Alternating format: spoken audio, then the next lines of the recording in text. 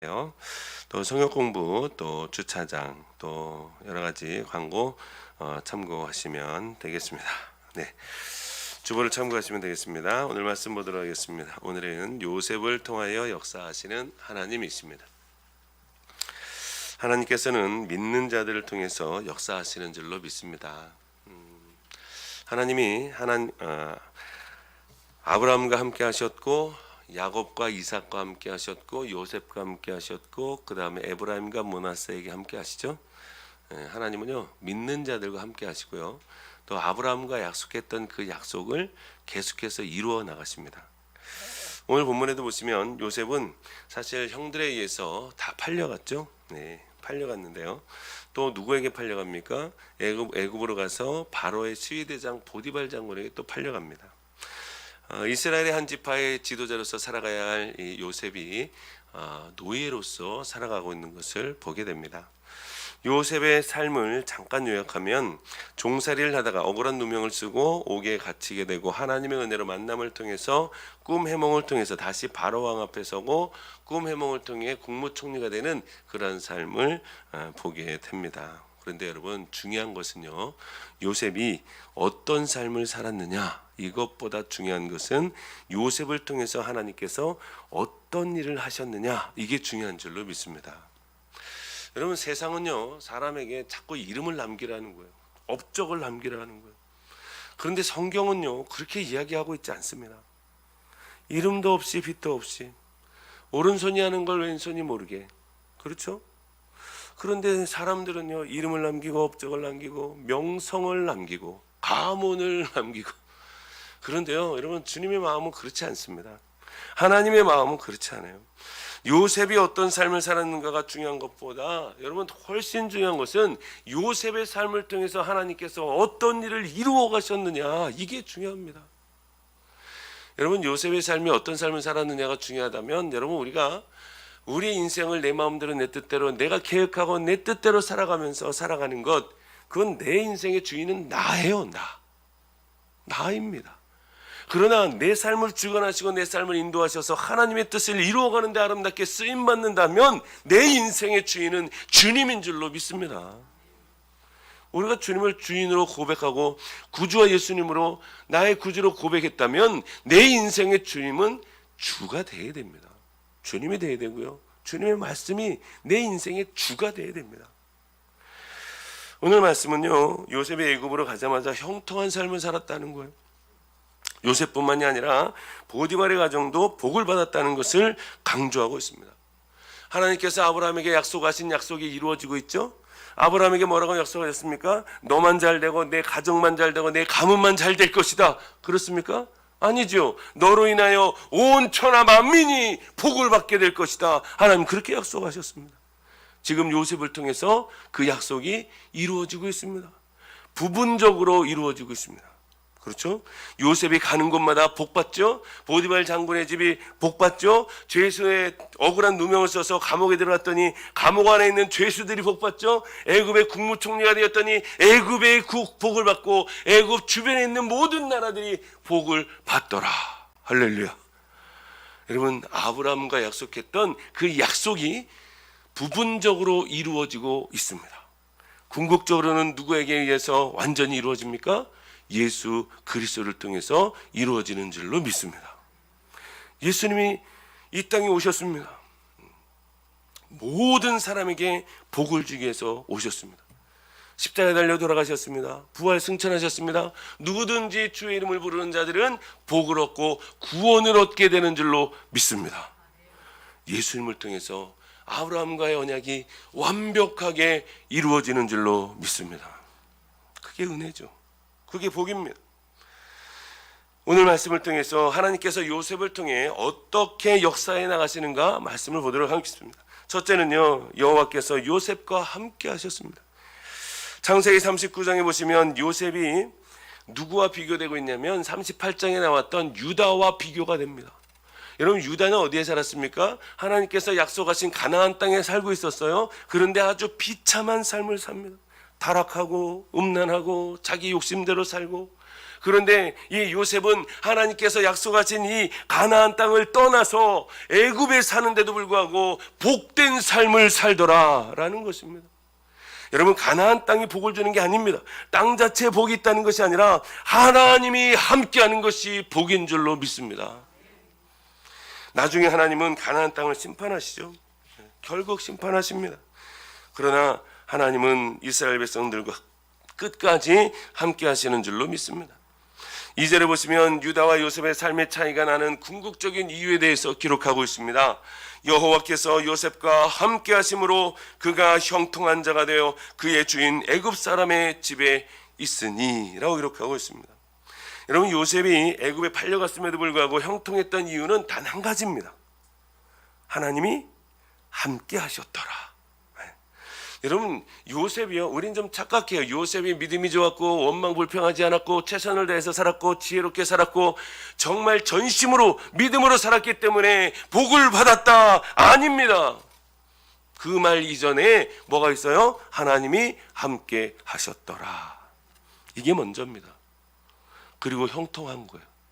여러분, 우리가 예수 믿게 된 것도 우리가 예수를 믿고 싶어서 교회에 나와서 예수를 믿은 게 아닙니다. 우리가 이미 태어나기도 전에, 창세 전에 우리를 택하셨고 부르셨고 하나님께서 구원시키기로 작정하셨기 때문에 우리가 하나님의 백성이 되었고 예수 믿게 되었고 교회에 나와 신앙생활 하는 줄로 믿습니다. 하나님의 은혜가, 하나님의 선택이, 하나님의 작정이 먼저 있었다는 거예요. 먼저 있었습니다. 그래서 우리가 끝까지 겸손해야 합니다. 내가 무슨 업적을 남기고 능력이 있다 그래서 이름이 높여져서는 안 됩니다.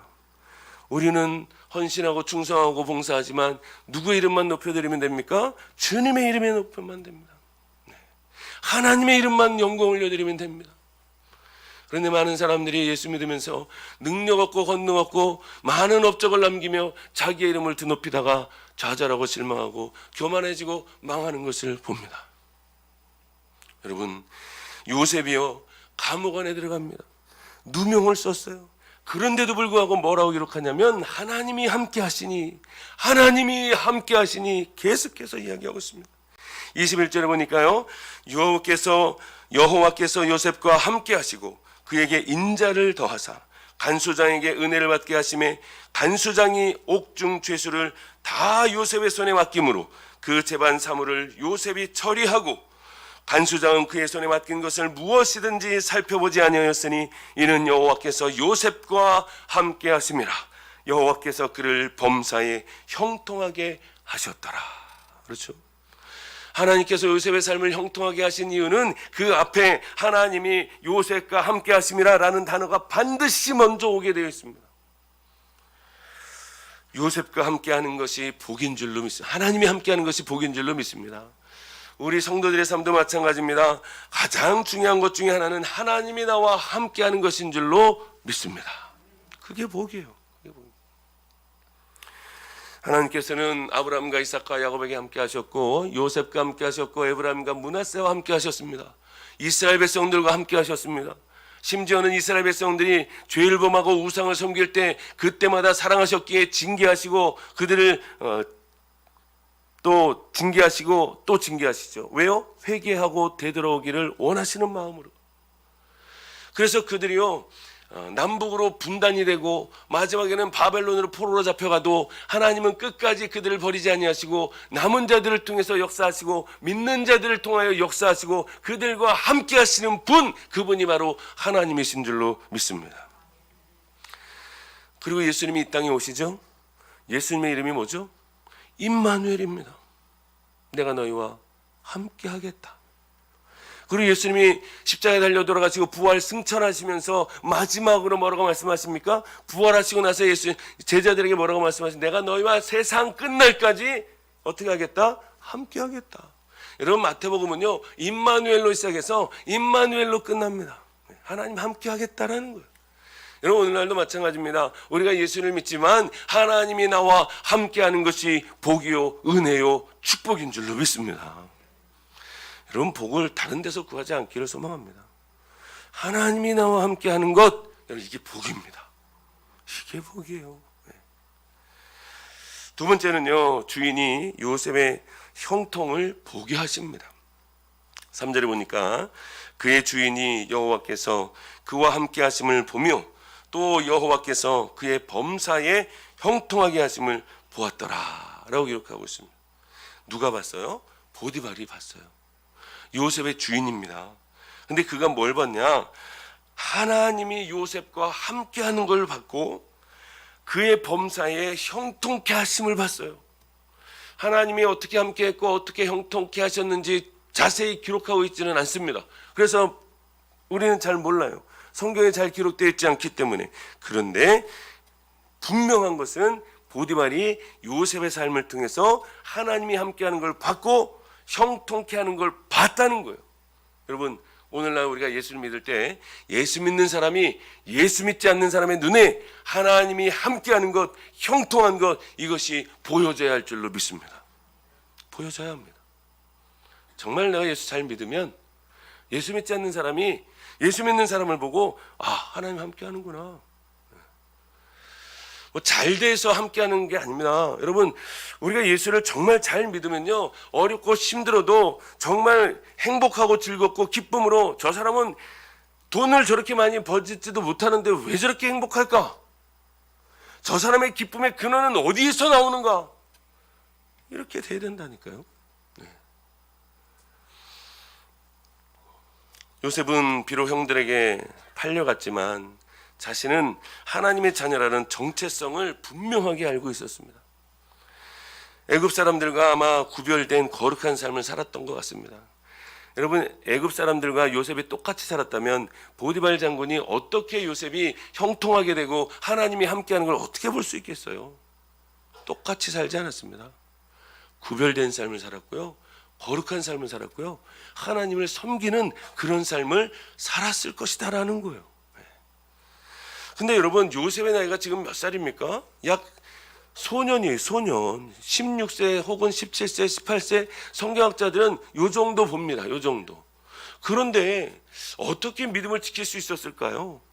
형제들에게 팔렸어요. 배신을 당해서 팔렸고 지금 노예로 살고 있습니다.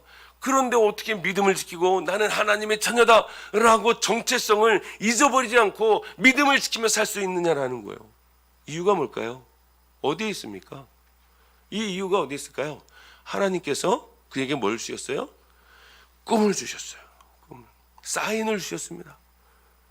두 번이나 꿈을 꾸게 하시고 형제들로부터, 부모로부터 그것을 인정받게 됩니다. 우리가 너에게 너를 섬기겠느냐? 근데 진짜 그 꿈을 믿고 그 꿈이 반드시 이루어질 것이라고 믿고 있었던 사람은 이 요셉입니다. 요셉. 내가 비록 지금은 노예로 살지만 하나님께서 반드시 나를 아름답게 쓰실 것이다라는 믿음의 확신이 있었던 것이죠. 여러분, 적어도 요셉은 다른 사람들에게 나는 히브리 사람이고 여호와를 섬기는 사람이라고 분명히 밝혔을 것입니다. 실제로 애굽 땅에서도 요셉은 여호와를 하나님으로 섬겼다는 것이죠. 보디발이요, 요셉을 유심히 봤던 것 같아요. 유심히 봤어요. 그랬더니 하나님께서 그와 함께하는 걸 보고 또 요셉의 모든 일이 하는 것이 다 형통한 것을 보는 거예요. 그랬더니 이 보디발 장군이 어떻게 합니까? 참 지혜로워요. 아주 똑똑해요. 결단을 내립니다. 어떤 결단이요? 자기가 갖고 있는 모든 것을 누구에게 맡깁니까? 요셉에게 맡깁니다. 어떻게 이런 일이 있을 수 있을까요? 주인입니다. 종에게, 아무리 종이 일을 잘하고 형통하다 그래도 자기의 모든 소유를 어떻게 종에게 다 맡길 수 있냐는 거예요. 여러분, 보디발 장군이 참 지혜롭고 똑똑했던 것 같아요. 네. 이제 앞으로 일어나는 모든 일들은 누가 책임을 지는 거예요? 요셉이 책임을 져야 합니다. 하나님께서 함께 하시면 많은 역사들이 일어나는 줄로 믿습니다. 우리가 알지 못하는 하나님께서 함께 하시면 주인의 마음을 움직여서 비록 노예였지만 요셉을 전폭적으로 신뢰하게 되는 놀라운 일이 벌어지게 되더라라는 것입니다.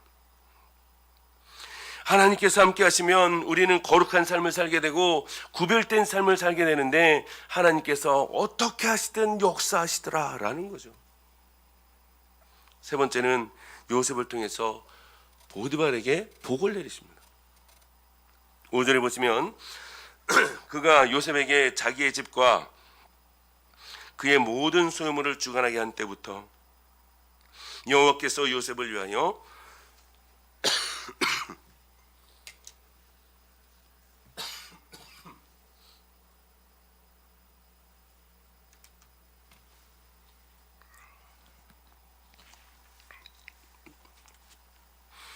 죄송합니다. 여호와께서 요셉을 위하여 그 애굽 사람의 집에 복을 내리심으로 여호와의 복이 그의 집과 밭에 있는 모든 소유에 미친지라 라고 이렇게 하고 있습니다. 보디발 장군의 집이 언제부터 복을 받았느냐라는 거예요. 언제부터? 오늘 본문에 보니까요, 그가 요셉에게 자기의 집과 모든 소유물을 주관하게 한 때부터, 그렇죠? 이때부터 복을 받기 시작하는 거예요. 여호와께서 요셉을 위하여 그 애굽 사람의 집에 복을 내리심으로, 더 중요한 건요, 누구를 위해서 복 내리시는 거예요?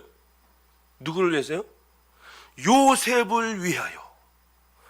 보디발 장군에게 복을 내리시는데 누구를 위해서 복 주시는 거예요? 요셉을 위하여. 네. 여러분, 더 정확하게 말하면 요셉 덕분에 보디발이 복을 받은 것입니다. 보디발에게 있어서 요셉은 복의 통로가 된 것이죠. 여러분, 이 내용은요, 모든 성도들에게 도전을 주는 말씀입니다. 성도는 자기 자신을 위해서 사는 사람이 아닙니다. 그렇죠? 우리는 오늘 말씀에 비추어 보면 어떻게 살아야 됩니까? 복의 통로가 되어야 될 줄로 믿습니다. 예수 믿는 사람은 나만을 위해서, 내 구원만을 위해서, 내 유익만을 위해서, 내 가정만을 위해서 사는 게 아닙니다. 아니에요. 복의 통로가 되어야 됩니다. 복의 통로가. 여러분, 한국 교회에 복음이 들어왔을 때 어떤 역사가 일어났는지 아십니까? 우리나라가 너무나 가난해서요, 교육이 잘 이루어지지 않았어요. 그래서 성사님들을 통해서 교회를 통하여 뭐가 세워집니까? 학교가 세워집니다. 그래서 교육되어지고 가르치기 시작한 것입니다. 너무나 가난하고 어렵고 힘들었기 때문에 선교사님들과 교회를 통해서 또 뭐가 세워집니까? 아픈 사람들이 너무 많았어요. 그래서 병원이 세워집니다. 그래서 수많은 병원들이 세워져서 치료함을 받습니다. 예수 믿는 사람이나 예수 믿지 않는 사람이나 병원에 가면 누구나 다 치료해 주었던 것이죠. 여러분, 오늘날은 어떻습니까? 우리나라가 부강해지고 잘 살게 되었죠. 지금 교회나 선교사님들이 학교를 세우고 병원을 세웁니까? 아니죠. 여전히 교회는 있습니다. 그러면 교회의 사명은 무엇입니까? 주의 복음을 증거하는 것이 되어야 될 줄로 믿습니다. 가장 큰 은혜와 축복은 예수 믿고 구원받는 것입니다. 교회를 통하여 복음이 증거되고, 교회를 통하여 하나님의 말씀이 선포되어지고, 예수 믿지 않는 자들이 예수 믿어 주의 품으로 대대로 놀라운 역사가 일어나는 것, 이거보다 더 큰 복은 없는 줄로 믿습니다.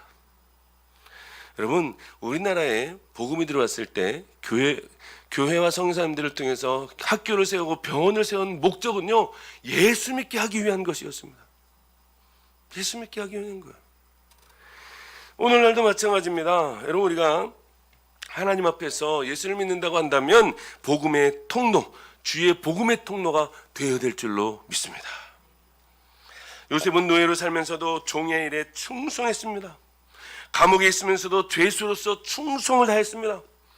총리로 있을 때도 총리로서 충성을 다했습니다. 그 결과 요셉이 살고 있었던 집이 복을 받았고, 감옥이 복을 받았고, 죄수들이 복을 받았고, 애굽 전체가 복을 받았습니다. 사랑하는 성도 여러분, 이것이 하나님의 은혜인 줄로 믿습니다. 요셉이 힘이 있고 능력이 있고 지혜가 있고 열심히 살았고 믿음으로 살았기 때문에 이렇게 된 게 아닙니다. 그게 아니에요. 그게 아니고 먼저 하나님이 함께 하셨고 하나님의 은혜가 있었기 때문에 요셉의 삶이 형통하게 된 줄로 믿습니다. 그게 믿음입니다. 그게 은혜입니다. 그게 은혜. 그래서 하나님은요, 하나님의 백성들에게 형통할 때나 역경일 때 모두 다 함께 하시는 줄로 믿습니다. 우리는 역경을 당하면, 어렵고 힘든 일을 당하면 하나님이 나와 함께 하지 않는다고 생각합니다. 아니요, 그렇지 않아요. 그렇지 않아요. 주님은 마태복음 5장에 보시면 이렇게 말씀하십니다. 마태복음 5장 11절부터 보시면, 나로 말미암아 너희를 욕하고 박해하고 거짓으로 너희를 거슬러 모든 악한 말을 할 때에는 너희에게 복이 있나니 기뻐하고 즐거워하라. 하늘에서 너희의 상이 큼이라 라고 기록하고 있어요. 여러분, 예수 믿으면서 어렵고 힘들고 환난과 역경을 당합니까? 그러면 기뻐하라 라고 기록하고 있습니다. 기뻐하라. 어디의 상이 커요? 하늘의 상이 크다. 하늘의 상. 주님은요, 이 땅의 축복도 말씀하셨지만 하늘의 상급을 더 많이 말씀하셨어요. 예수 믿는 사람은 어디서 상급 받아요? 하늘나라에 가서 받으면 됩니다. 이 땅에서 자꾸 보상받으려고 하지 마세요. 이 땅의 삶을 너무 부러워하지 마십시오. 예수 믿는 사람들은 정말 많은 어려움과 힘든 일과 환난과 역경을 경험했습니다. 그럼에도 불구하고 주님을 따라갔고 주의 말씀에 순종했고 주의 영광을 위하여 기쁘게 정말 십자가를 지고 믿음을 감당한 줄로 믿습니다. 우리는 너무나 보여지는 거에 연연하려고 그래요. 여러분, 주님은요, 너희의 상이 하늘에서 크다라고 말씀하셨어요. 하늘에서 크다. 여러분, 우리의 삶은 저 천국에 있는 줄로 믿습니다. 우리의 소망이 천국에 있는 거예요. 천국에. 물론 여기서도 천국의 삶을 살아가지만 궁극적인 삶의 목표는 천국에 있습니다. 천국에 있어요. 여기는 천국의 모형입니다. 모형. 여러분, 모형이 아무리 아름다워도 본질보다 더 아름답겠습니까? 천국의 진짜 본질보다 이 천국의 모형이 더 아름답겠냐라는 거예요. 하나님께서는 성도가 어떤 상황이나 지위에 있든지 하나님만을 바라보고 하나님의 말씀을 붙들고 살기를 원하시는 줄로 믿습니다. 주님도 제자들에게 말씀하셨습니다. 너희는 세상의 빛이다. 빛된 삶을 사는 것이 주님이 원하시는 삶인 줄로 믿습니다. 요셉이 하나님께서 함께 하심으로 말미암아 복의 통로가 된 것처럼 하나님은 지금도 살아 역사하시며 성도들과 함께 하시는 줄로 믿습니다. 그러면 우리가 하나님의 놀라운 은혜로 하나님이 함께 하심으로 말미암아 복의 통로, 복음의 통로가 되어야 될 줄로 믿습니다.